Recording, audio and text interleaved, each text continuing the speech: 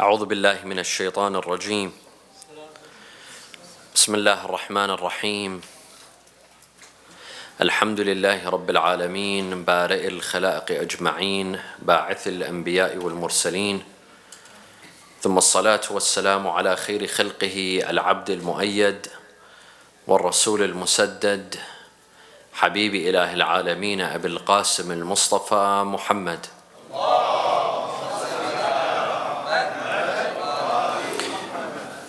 وعلى أهل بيته الطيبين الطاهرين وصحابته المنتجبين. قال الله تعالى في كتابه الكريم: بسم الله الرحمن الرحيم، ادع إلى سبيل ربك بالحكمة والموعظة الحسنة وجادلهم بالتي هي أحسن. صدق الله العلي العظيم. No one can deny the power that the media holds here in the West. Since it's a free press, the media is not under the control of the government, it's a free press. Thus, it carries a lot of importance, a lot of significance, a lot of weight. Everyone knows the amount of power that the media has in shaping public opinion. You can either give a good image of a politician or a religion or a group or a country through the media, or you can damage the reputation and the name and the image of a politician or a political group or a religion or a country through the media. The media plays a very important role. What do we mean by the media? We mean the news, for example, CNN, BBC. We mean TV shows, TV series, and movies. We mean late night TV shows. These are all part of the media. What people get to see on TV, whether it's the news or entertainment, this is all part of the media.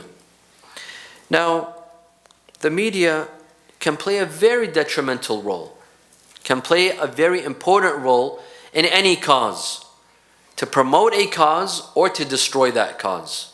We've seen how certain political figures became popular and rose thanks to the media. And we saw how the media can destroy a political campaign and destroy the political career of a politician. In the past several decades, we've noticed that the media has played a negative role in portraying Islam and in portraying Muslims. They've given a negative image of Islam. Whether they do this willingly, knowingly, or not, that's besides the question. But the image that has remained in the minds of people because of the media has been negative. If you notice any terrorist attack that occurs in the West, in Europe, in America, the media immediately, before asking questions of could it be, a lone wolf, who could it, immediately they raise questions on Muslims. Could have been a Muslim. Who was the target? Who was the perpetrator? Who carried out these attacks? Immediately they begin to link this incident with Islam and with Muslims. Without getting the facts, without knowing actually what happened, they put the link to Islam. This has occurred many times, while the incident was carried out by, for example, an American, a white American, or a white European, or a white Canadian, that has nothing to do with Islam. Thus, the media has played a negative role. And the movies as well. I remember in the 90s, there were a series of movies that depicted Muslims as hijacking of airplanes. They hijack airplanes. They're anti-American. They're anti-Western. They're terrorists. Now this is Hollywood. When Hollywood shows you a movie of Muslims killing and destroying and hijacking, what are people going to think? What is your average American going to think? Alaikum assalam. What is your average Canadian going to think about Islam? When he's seen a 2-hour movie of Muslims hijacking an airplane and killing people, going out, killing random individuals, random strangers, they're going to develop a negative image of Islam and of Muslims. I remember many movies have come out from Hollywood. And Muslims, they protested, they wrote a couple of emails, but nothing happened. The movie came out and it made millions of dollars and the damage was done. The name of Islam was ruined. The image of Islam and Muslims was ruined thanks to a couple of movies and sometimes TV series. This is a problem. What do? Do we Muslims just sit there and not do anything and say, La hawla wa la quwwata illa billah? The media is ruining our name, ruining our image, and there's nothing that we could do about it. Or we become active. We decide to make a difference. We decide to make a change. The option is ours. My dear friends, movies, TV series, even cartoons, they play a major role. They can either destroy a group or promote a group. Look at the media today. Today, especially in Hollywood, they try to incorporate the minorities in movies, in TV series. That is why, if you notice, you will find in most movies there has to be at least one person that's black. There has to be at least one person that's Hispanic. At least a couple of females, and so on and so forth. In addition to other minorities that have been persecuted in the West. One of the ways that you desensitize, you get people to accept the other, especially minorities, is that you portray them on TV. When you see a Hispanic or an African American or a black person on TV, in a movie, in a TV series, and they're normal human beings, right? They exercise, they go to work, they eat pizza, they come back home, they have kids, they go out on the weekends. You realize that these are normal human beings. You begin to accept them. Any minority, any religious group, non-religious group, a nationality, ethnicity, if you want them to be accepted by the masses, by the people, put them on TV. Put them in a movie. Put them in a TV series. After a while, that scene of these minorities will be normal. Unfortunately, we don't have Muslims on TV. Very, very few. How many Muslims do you see in movies? How many women with hijab do you see in movies or in TV series? None. This has to change. When you see 1 or 2 females in a movie, not us, but your average American or your average Canadian or your average Australian, they'll begin to accept the sight of hijab will be normal. The sight of a person praying, I'm sure you've noticed this, when you pray in a public place, at an airport for example, how many people stare at you? Of course, a lot of people. They're waiting for you to explode. They're waiting for you to shout Allahu Akbar and explode. And if you want to have some fun, say Allahu Akbar once in a while, see what happens. Why? Why do they get scared? Because it's not a scene that they see every day. It's not something that they see every day. But if they see it on TV, if they see it in a movie or a TV series, it'll become normal. They'll be desensitized. It'll become part of their life. We, my dear friends, unfortunately, we have not taken this path. We have not thought of going into the media. We have not thought of going into Hollywood. We have not thought of going into acting. What's wrong with it? If it serves the purpose of Islam, if it serves the purpose of Muslims. What's wrong with having some of our youth, they go into acting by respecting their Islam, by observing the laws of Islam, by observing the laws of hijab, but at the same time being portrayed on Hollywood, being portrayed on the big screen. This will desensitize. This will help the non-Muslim community be more accepting of the Muslim community. Sallu ala Muhammad wa ala Muhammad.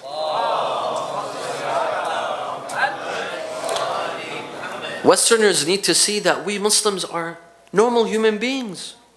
We also want to live the American dream or the Canadian dream. We also wake up early in the morning and we go to work and we get stuck in traffic, right? We also like to go out on the weekends. We also eat their food. We also eat pizza and enjoy Western food. We're just like the rest of the people. There's nothing wrong about us. There's nothing different about us. But they don't know that. They think that we're different. Unless they see us on TV, in movies, in TV series, they begin to get accustomed to us. Just like all other minorities. How did the West become accepting of all others? Through the media. We have to act. Today, my dear friends, and this is something positive, we have a new generation of Muslims that have gone into the media, in the news, and on social media, not into acting. Unfortunately, we do not have any youth that have gone into acting on the big screen in Hollywood. But we have some youth that have gone into media, into news media. And they're doing a fantastic job. I'll give you one example. We have a fantastic youth who's gone in the media and who's making a big difference. His name is Mehdi Hassan. How many of you have heard of Mehdi Hassan? Mehdi Hassan is doing a fantastic job. His English is very good. He knows how to corner his opponents. And he's supporting Islam indirectly.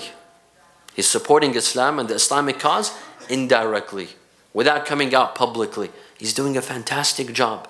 Look at his shows on Al Jazeera and on other news outlets. You'll see that he's making a difference for the cause of Islam and the cause of Muslims. But how many do we have people like Mehdi Hassan that are strong journalists, that know how to corner their opponents and get them to say the truth? Very few. Very few. We have a couple of others. We have a brother named Wajahat Ali. We have a sister named Linda Sarsour. But these are only a handful. 3, 4, 5, not more, that are making a difference in the media. How many of our youth are looking into going into journalism? This is something that I encourage our youth to look into. Now that you're in high school or you're in college, you still haven't decided your major, you still haven't decided what you want to major in, consider journalism. Journalism is a very important field that you can serve Islam and you can serve Muslims through journalism. How many journalists do we have that are writing for the New York Times? Or the Washington Post? Or the Washington Journal? Not a lot.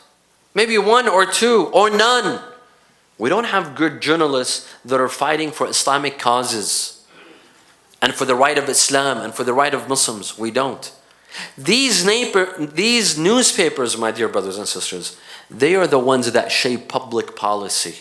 They influence public policy. Because all congressmen and senators, they read the New York Times.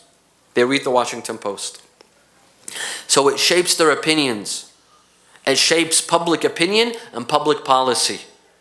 We need authors. We need writers. If you are good at writing, if you're a good journalist and you have good journalistic skills, go into journalism.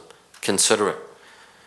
Not just for your own popularity, for your own sake, but for the sake of Islam and for the cause of Muslims. This is something that we need. If we want to be successful, if we want Islam to be successful in this country, we need good media. We need good propaganda. We need a good name and image in the media. Whether it's in the news, or in movies and TV series, whether it's on social media, whether it's in the newspapers and the top newspapers of the country and the neighboring countries, Western countries, we need good journalism. We need good media. We need good coverage of Islam. Unfortunately, there is negative coverage of Islam. There was a book that came out many years ago, maybe 15 to 20 years ago. The book is called Covering Islam by Edward Said. I don't know if you've read it or you've heard of it. Edward Said was a brilliant scholar. And he was Christian, he was not Muslim. He wrote a book called Covering Islam. And in his book he proves that the media has a bias towards Islam. They will give you a negative image of Islam. They'll give you a biased opinion of Islam. They don't want you to hear the real story because they have political agendas. So the media has to go in, it has to fit in the political narrative. They don't want to give you a good picture. Let me give you an example. The Arba'in. In a couple of days, the Arba'in will come. Do you hear about the Arba'in on CNN? Or in the news? Or in the media? No. Why? Only the first year, after the fall of Saddam, there was news coverage. There was media coverage of the Arba'in. But now, Arba'in is coming. Watch the news. Watch CNN. Watch BBC. You will not see coverage of the Arba'in. If it was anywhere else in the world, there'll be live 24-hour coverage. But not the Arba'in. Why? Because it does not fit their narrative. It does not fit their political agenda. Only the first year. Why? Because they toppled Saddam. They toppled Saddam. So they want to take credit to the ziyarah, for the ziyarah. They want to say, see, if it wasn't for us, these millions of people would not have been able to go to Karbala. But today, it doesn't fit their political narrative. It doesn't fit their story. They can't take credit for it, so they won't cover it. You see? It's as simple as that. We have to do something. We have to do something about this. Al-Arba'in is the biggest event of the year, the largest gathering in the world, 20 million. But who covers it? You don't see it in the media. If it was anywhere else in the world would have been upside down, would have went upside down. But no one cares because it's Arba'in, because it's in Karbala, because it's the Shia that are holding it. We have to do something. See, my dear friends, even Imam Hussein cared for the media. How? Imam Hussein, he wanted his voice to be heard. So who did he take with them? Who did he take to Karbala? Sayyidah Zainab salamullah alayha.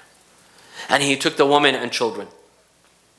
When he was asked by Muhammad ibn al-Hanafiyyah, why are you going to Iraq? He said, Sha'allahu an yarani qatila. And then he was asked, why are you taking the women? What did he say? Sha'allahu an yarahunna sabaya.